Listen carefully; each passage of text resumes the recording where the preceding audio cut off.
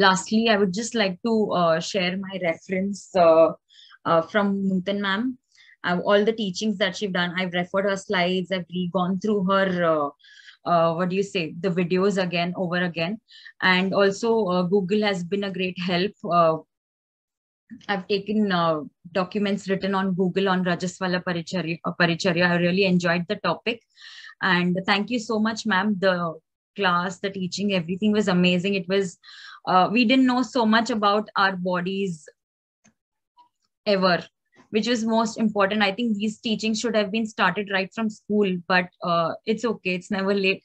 And I'm glad that, I have had such experiences with wherein, I could directly ask you about these experiences, share these experiences wherein my own family members are pregnant, and I could help them with whatever little knowledge I have recently gained. I was actually feeling proud of this fact that, I've learned something new and immediately I'm able to share this with them. If you remember, I was contemplating on whether I should be joining now or maybe later, because already there was so much of thing going on in my family regarding the pregnancies.